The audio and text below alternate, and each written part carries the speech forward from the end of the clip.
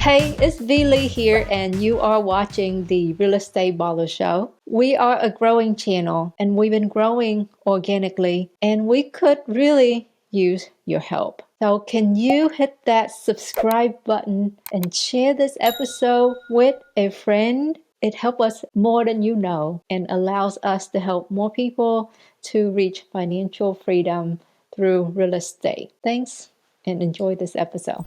All right, Will, what's happening in your world today? What's happening in my world today? Well, we got all kinds of things happening. I guess it's January. It's a little cold even in the South. Got some snow and some cold weather. So we're dealing with that like much of the world. I think the high yesterday was like 2 or 3 degrees. But how was your day yesterday? Oh, it was just a typical day in Houston, right? I mean, we had snow on the ground. It was about 29 degrees, and I decided I was going to go do a cold plunge in the pool. How did that go? Cold. So, why did you do that? First off, I guess that's my first initial reaction. As we discussed a little bit before we hit the record button, right? And we'll dive into that a little bit here. But for me, it's the mindset. Like, I just want to know what my body is capable of. Like, I do crazy stuff like that. Like, I jump in the pool, and I did the same thing last year when the temperature dropped to 19 degrees. But it wasn't as cold last year as it was this year because it was snowing, the wind was blowing, and maybe it's the mind, right? I mean, it was cold. I love the story how you did it. Your daughter was doing the video, and then she kind of had a little, studio malfunction, I guess, right? Tell that story. Well, heck yeah, because I was like, I think she got impatient because I was standing on the edge. I'm like, do I really want to jump? And I was standing there pondering for a minute, and then I took the jump. And then I was like, we're doing our next recording and blah, blah, blah. And then she was like, Mommy, I think I didn't record the first one. I didn't record your jump. I'm like, what? So you're lucky I didn't kill you. Well, we were talking about what we're going to be talking about, but as you're telling that story, that's a pretty real life example of how, whether you're an entrepreneur or anyone for that matter, how you want to do something, you want to be challenged, you want to do something, but you sat there and hesitated, like we all do. Like, should I do this? Should I do this? Should I do this? Right? And then, of course, you're contemplating this, and then you go in the water, and when you come out, you get the news that things didn't go as planned. And now you got to reshoot the whole thing. It's cold. You got to hop out, redo it, hop back in. You got your video. Most people will never know that ever happened. And that's kind of like life too, right? Like, people don't even know they don't even know plan A didn't work. All they see is plan B or C. And then the end result is that you did it. So how did the end result feel? But let me just touch on something real quick. So as uncomfortable as that was, right? That experience was yesterday. The second jump actually was much better than the first jump. I mean, it was still uncomfortable. But after my first jump in the cold pool, I thought I was going to die.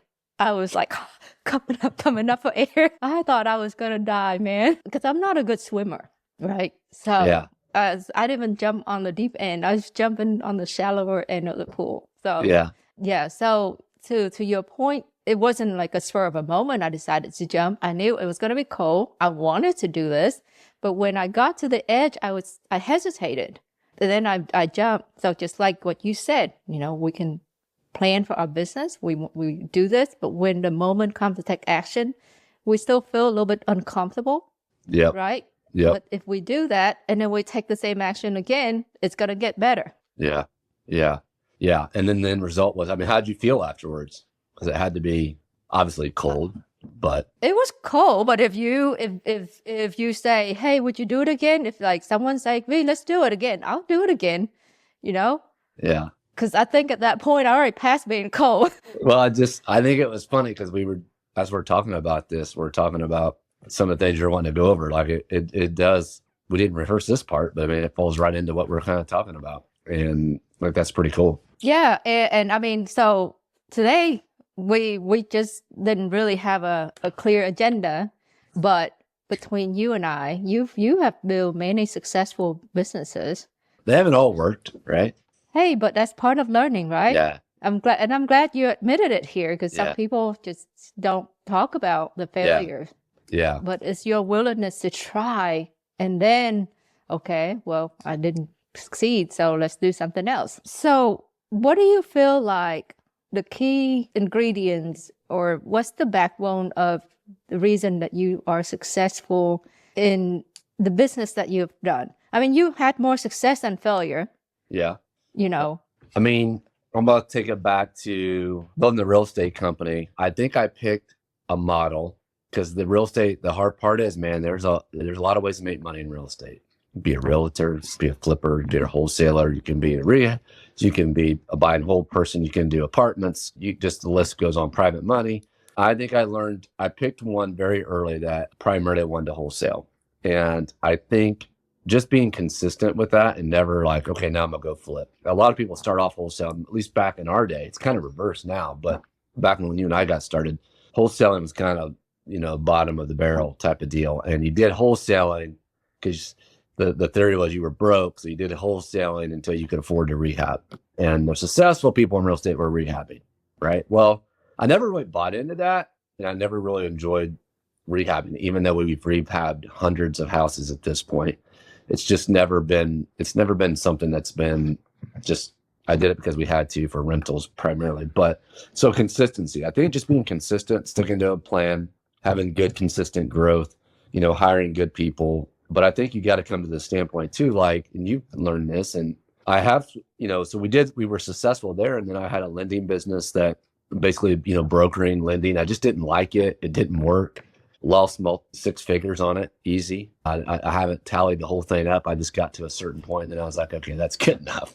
I think I know, and that was in a short amount of time. I've started a roofing company now, and we've definitely had our fair share of challenges with it. Even though I ran another business, just getting this thing off the ground, but we're headed in the right direction. I know longevity and long-term wise, it's good. So there really is no failing. There's just learning. I've been asked a lot about passive investment. And let's be real, there is nothing passive about being a landlord unless you have a really good property management company.